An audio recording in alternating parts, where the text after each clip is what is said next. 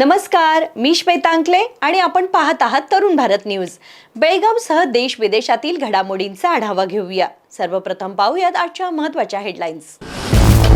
वडेकोळ मठाजवळ truck पलटी, मुसळधार पावसामुळे महामार्गावरील वाहतूक विस्कळीत, अपघातानंतर सुरक्षा उपाययोजनांची नागरिकांची मागणी। NHAI ची मोठी कारवाई, निपाणी महामार्ग निकृष्ट कामाप्रकरणी तिघे निलंबित, गुणवत्तेच्या चौकशीचे आदेश। रामघाट रोडच्या दुरुस्तीला वेग, तरुण भारत न्यूजच्या वृत्ताची प्रशासनाकडून दखल, 6 कोटींच्या निधीतून होणार कायमस्वरूपी काम।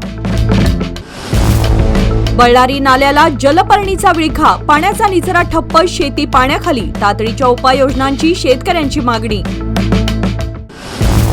रिफंडच्या बहाण्याने सायबर फसवणूक, बेळगावातील ग्राहकाला 1 लाखांचा ऑनलाईन गंडा, पोलिसांकडून सतर्कतेचे आवाहन। कॅसेल रॉक रेल्वे यार्डमध्ये चोरीची घटना, लाखोंच्या तांब्याच्या वायर लंपास, सुरक्षेवर प्रश्नचिन्ह, रेल्वे पोलिसांकडे कारवाईची मागणी।